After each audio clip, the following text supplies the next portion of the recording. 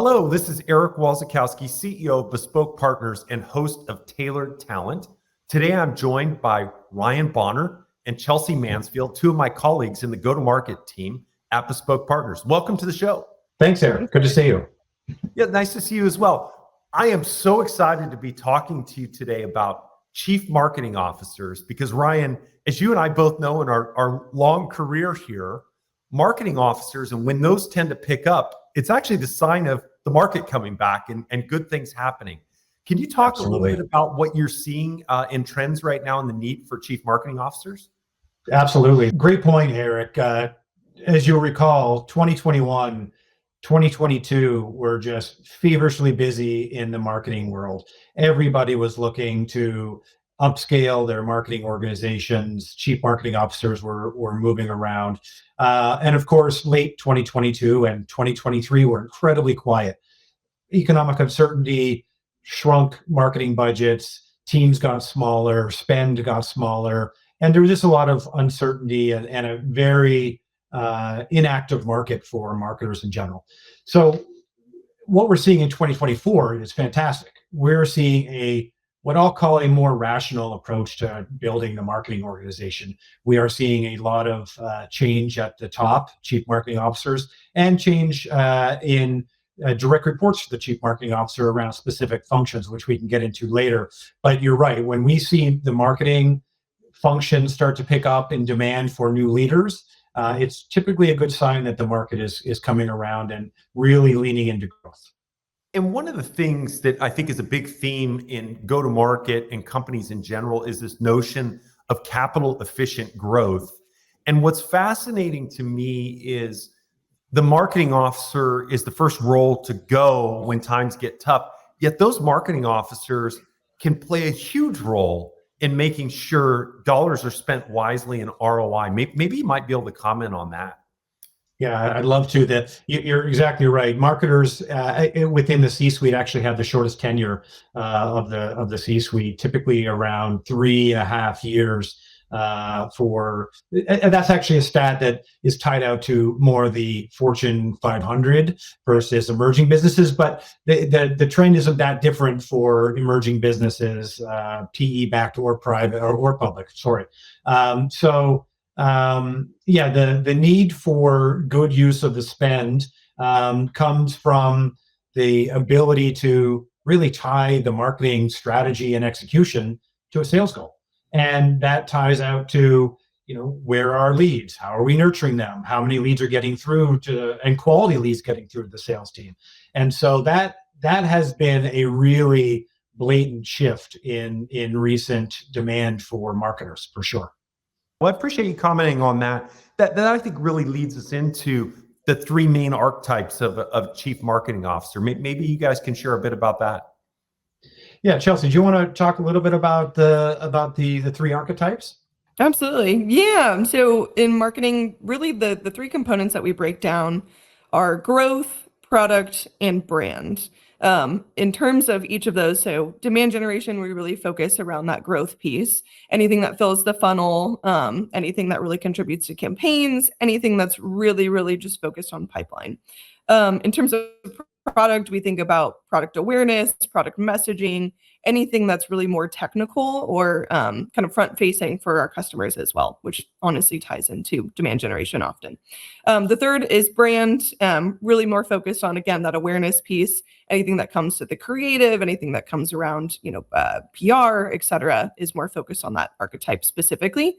What we typically focus on in terms of what our clients are looking for is more of that growth piece.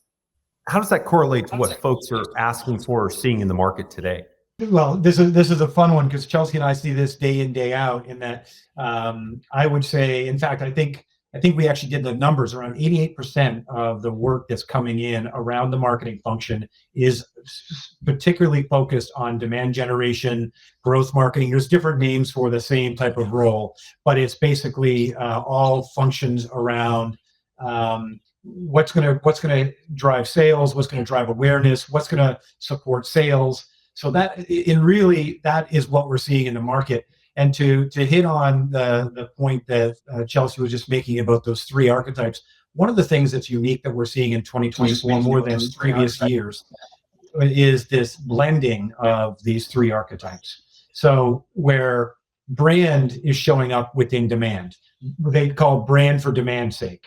Where you're really differentiating your product. Product marketing is really blending into demand, where understanding the segmentation, understanding your voice and value proposition into each of those segments. So it's a new and really interesting blending of these three functions. But at its core, what Chelsea and I are seeing day in, day out is this need for the demand, performance, growth marketer. Pick your title, but that's the core of the expertise they're looking for.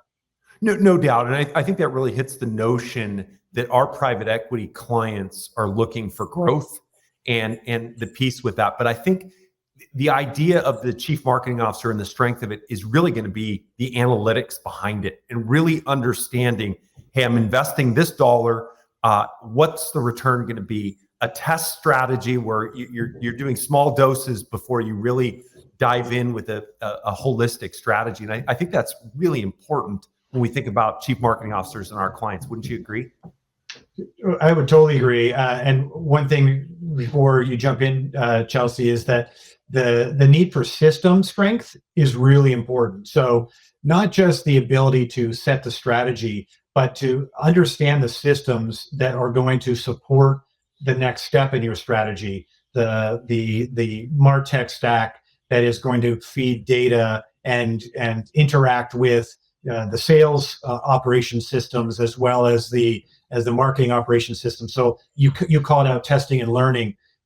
The understanding the technology that's going to make that efficient for your business is really critical, and another call out that we see time and time again from our stakeholders. Yep. And I think the punchline here is business acumen, right? We're not just looking for someone who's focused on brand awareness or anything that is involved with creative. We don't need you to go and spend, $1 gazillion on an NFL ad. Like it's not going to make the cut at this point. We want to be a little more thoughtful about it. We want to get the quality. We want to be able to have someone who can really draw that ROI back to the spend. Because I think just the more efficient, the more focus on quality we can get, the better you're going to have a quality pipeline, which then leads into a really important topic these days, which is churn, and really making sure, our clients have a solid retention. I think it really truly starts with marketing. So the higher quality you can get up front, the better. I couldn't agree with you more. It's funny because when we talk about value creation, customer retention or churn is so important. And the top marketers I've worked with in my career do an amazing job at understanding customer persona, customer life cycle, and how to feed the customer throughout to ensure you have retention. And so it's such a great point you make, because when companies go to sell, one of the key value drivers is retention.